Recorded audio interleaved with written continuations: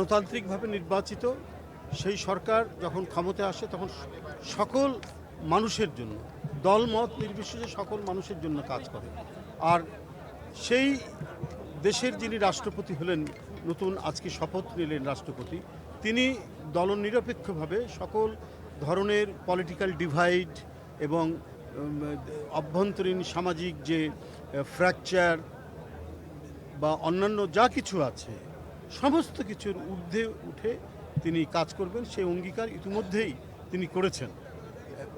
এবং একটা যে তার যে স্বপ্নের কথা সেটাও তিনি বলছেন, দেশকে সমৃদ্ধিশালী করা এবং দেশের উন্নতি প্রগতির দিকে নিয়ে যাওয়ার কথাও তিনি বলেছেন। তো সুতরাং আমরা এই ধরনের একজন মহামান্য রাষ্ট্রপতি যিনি হলেন, তার কাছ থেকে দেশবাসী অবশ্যই সমস্ত ধরনের সংকীর্ণতার ঊর্ধ্বে উঠে তিনি যথার্থভাবে দেশের অভিভাবক হিসাবে, গার্জেন হিসাবে তিনি কাজ করবেন।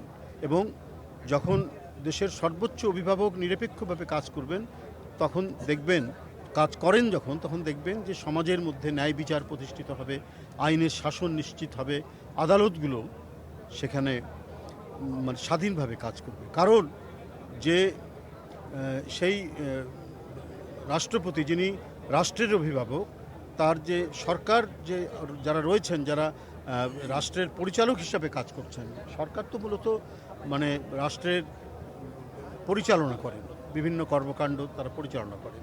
তো সেই সরকার যখন দলমত নির্বিশেষে সকল স্বার্থের ঊর্ধ্বে উঠে কাজ করেন এবং জনস্বার্থকে, সামাজিক সুরক্ষাকে যিনি অগ্রাধিকার দেন, তো সেই সরকারের কর্মকাণ্ড যেমন সকল মানুষের জন্য, মানব গোষ্ঠীর জন্য, ঠিক যে সরকার যে রাষ্ট্রের পরিচালনার দায়িত্ব নিয়েছেন জনগণের কাছে ম্যান্ডেট নিয়ে, সেই রাষ্ট্রের যিনি প্রধান অভিভাবক রাষ্ট্রপতি, তিনি অবশ্যই দলনিরপেক্ষভাবে অভিভাবকত্ব করবেন এবং দেশকে সঠিক নির্দেশনা দেবেন।